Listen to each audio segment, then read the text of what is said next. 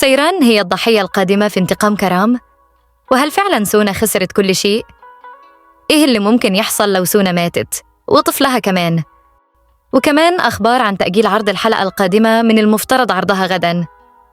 هشارك معكم أهم الأخبار في الفيديو ده. هنتكلم عن كل حاجة هتغير مجرى القصة، من الهلاوس اللي بتعذب سونا وتهدد حياتها، لقرارات فريد اللي هتوصل لمرحلة صعبة جداً في انتقامه واللي هيأثر على سيران بشكل مباشر. ده غير إن في أسرار هتظهر هتغير كل المفاهيم. هل سينكشف سر فريد وسونا؟ وهل سونا هتكون قادرة على النجاة من اللي بيحصل ليها؟ الأحداث متسارعة واللي جاية أعظم. خليكم معانا لآخر الفيديو عشان تكتشفوا كل التفاصيل المشوقة. سيران هتكون في خطر كبير.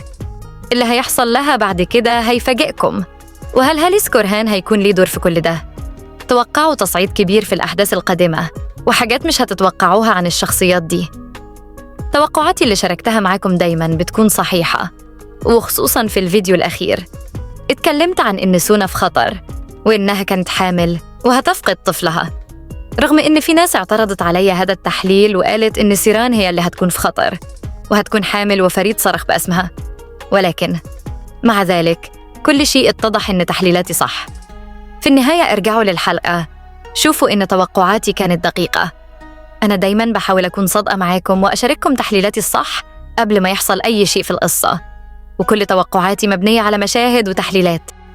خليكم معايا عشان أشرح لكم كل التفاصيل. إذا عجبتكم التوقعات والتحليلات اللي بتشاركها معاكم، ادعموني بلايك واشتراك في القناة وفعلوا الجرس عشان تكونوا أول من يعرف كل التوقعات الجديدة. وما تنسوش تسيبوا تعليقاتكم لأن رأيكم بيفرق معايا جداً. ويلا نبدأ.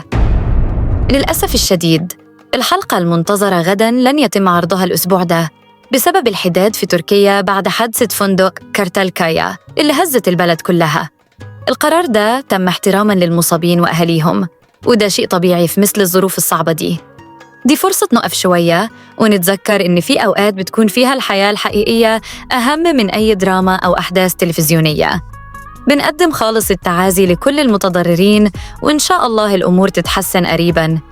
من الواضح إن سيران هي الشخصية اللي هتكون مستهدفة في الأحداث القادمة، والتهديدات ضدها تتزايد بشكل كبير.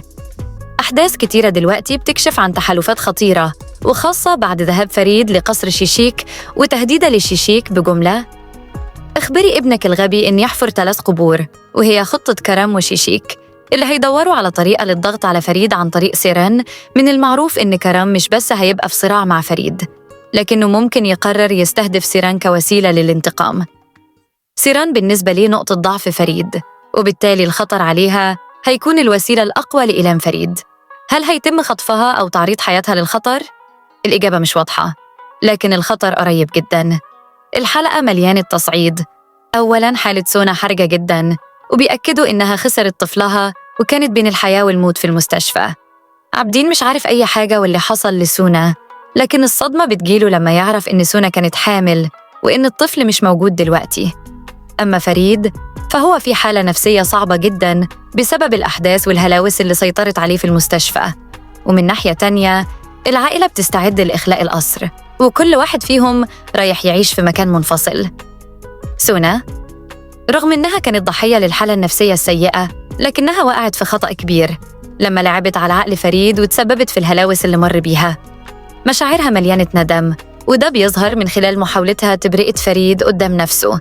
سونا في الحلقة دي بتكون في موقف خطير، والمشاعر المتضاربة هتكون مسيطرة عليها لما نكتشف إن سونا كانت حامل. ده بيغير كل حاجة. لكن إيه اللي هيحصل للطفل؟ التوقعات بتقول إن الطفل هيموت وسونا هتكون في حالة صعبة جداً، لكن هل ده يعني نهاية سونا؟ لكن في حاجات تانية هتظهر عن سونا. هل فريد كان ليه دور في كل ده؟ وعلاقتها بعابدين هتتغير، وأكيد سونا هتواجه ضغوط نفسية بعد الحادثة دي، وده هيوصلها لمرحلة الندم الكبير. في حلقة الجاية سونا هتقول فريد حاجة بتغير كل شيء: أنا السبب في كل اللي حصل. الجملة دي هتفتح باب جديد في القصة وتخلي فريد في حالة حيرة. عابدين تعاونه مع كرم في الهجوم بيورينا إنه كان جزء من الخطة بدون ما يعرف إن حياته هتنقلب رأساً على عقب لما يعرف عن حالة سونا ووفاة الطفل. عابدين في الحلقة دي هيكون في قلب الأحداث، ومع كل قرار بيخده بيكون في تغييرات كبيرة في حياته وحياة اللي حواليه. في البداية، هل عابدين هيتحمل مسؤولية كل اللي حصل؟ لما يكتشف الحقيقة عن سونا والطفل هيشعر بصدمة كبيرة، هيندم على حاجات كان فاكرها بسيطة، وفي الوقت ده هيبدأ يشعر بتأنيب الضمير. لكن مش ده كل شيء، عابدين هيتعرض لخيبة أمل من سونا. بعد ما يعرف إن سونا كانت حامل بالطفل اللي مش هيوصل، هيكون في حيرة كبيرة. هيحس بالندم، لأنه لو كان تصرف بطريقة مختلفة كان ممكن يغير المصير. هيشعر بالذنب، لكن في نفس الوقت هيكون في معركة نفسية. هل يظل مع سونا؟ الإجابة هي الأكيد إن سونا تطلب الطلاق من عابدين ويبتعدوا عن بعضهم، وهتكون دي نهاية قصتهم. أما عن هاليس كورهان، من المتوقع أن نرى هاليس يتخذ قرارات حاسمة ومصيرية، خصوصاً فيما يتعلق بعلاقته مع العائلة.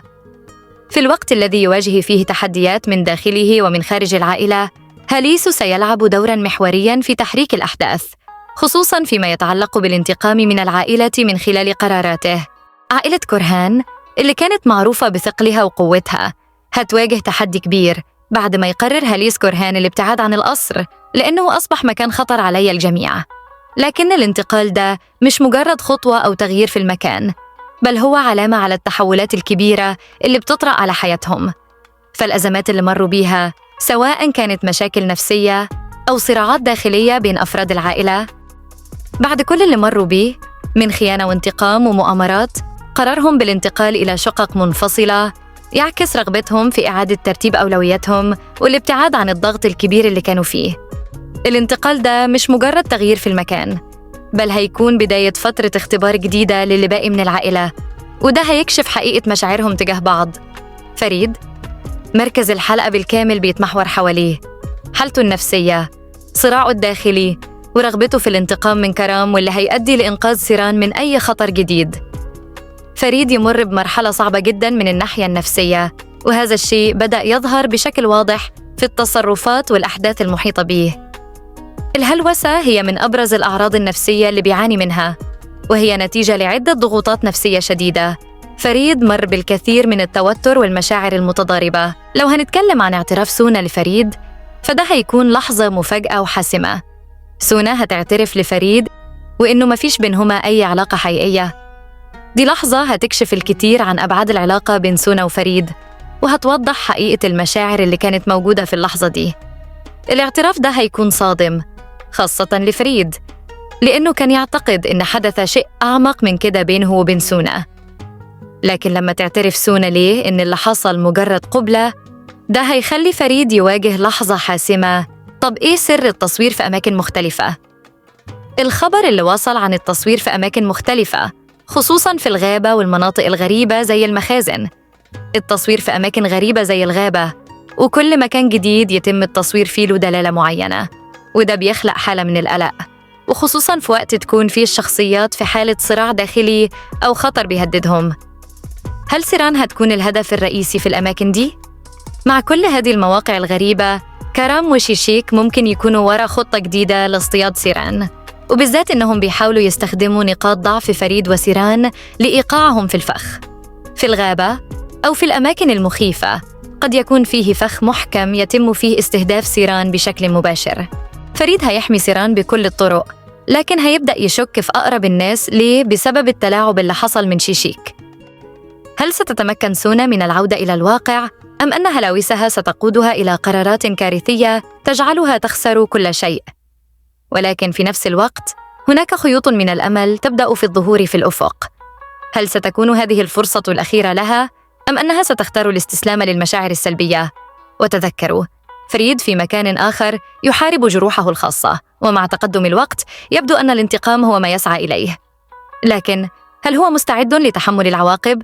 وهل سيكتشف في النهاية أن ما يحدث بينه وبين سونا لم يكن مجرد خيال في النهاية؟ أحب أقول لكم إن تحليلاتي دايماً بتكون بناءً على تسريبات دقيقة ومتابعة مستمرة للأحداث. ولو عايزين تفاصيل أكتر عن الحلقات الجاية، اعملوا لايك للفيديو واشتركوا في القناة وفعلوا الجرس عشان يوصلكم كل جديد.